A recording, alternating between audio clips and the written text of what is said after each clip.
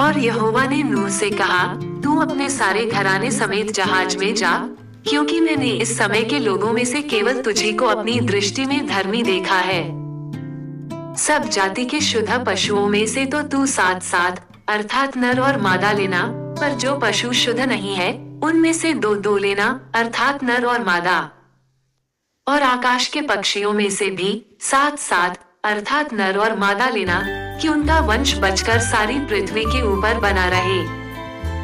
क्योंकि अब 7 दिन और बीतने पर मैं पृथ्वी पर 40 दिन और 40 रात तक जल बरसाता रहूंगा। जितनी वस्तुएं मैंने बनाई हैं सबको भूमि के ऊपर से मिटा दूंगा। यहोवा की इस आज्ञा के अनुसार नूह ने किया। नूह की अवस्था 600 वर्ष की थी जब जल प्रलय पृथ्वी पर आया। नूह अपने पुत्रों, पत्नी और बहुओं समेत जल प्रलय से बचने के लिए जहाज में गया। और परमेश्वर ने नूह की और जितने बनेले पशु और घरेलू पशु उसके संग जहाज में थे उन सबों की सुधि ली। और परमेश्वर ने पृथ्वी पर पवन बहाई और जल घटने लगा। और गहरे समुद्र के सोते और आकाश के झरोखे बंद हो गए, और उससे जो वर्षा होती थी सो भी थम गई। और 150 दिन के पश्चात जल पृथ्वी पर से लगातार घटने लगा। 7वें महीने के 17वें दिन को जहाज अरारात नाम पहाड़ पर टिक गया।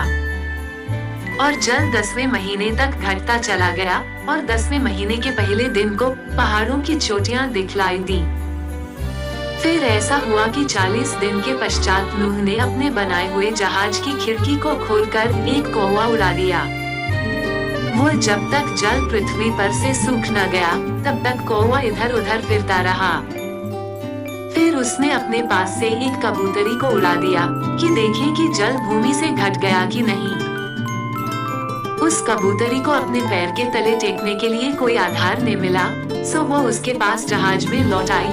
क्योंकि सारी पृथ्वी के ऊपर जल ही जल छाया था, तब उसने हाथ बढ़ाकर उसे अपने पास जहाज में ले लिया।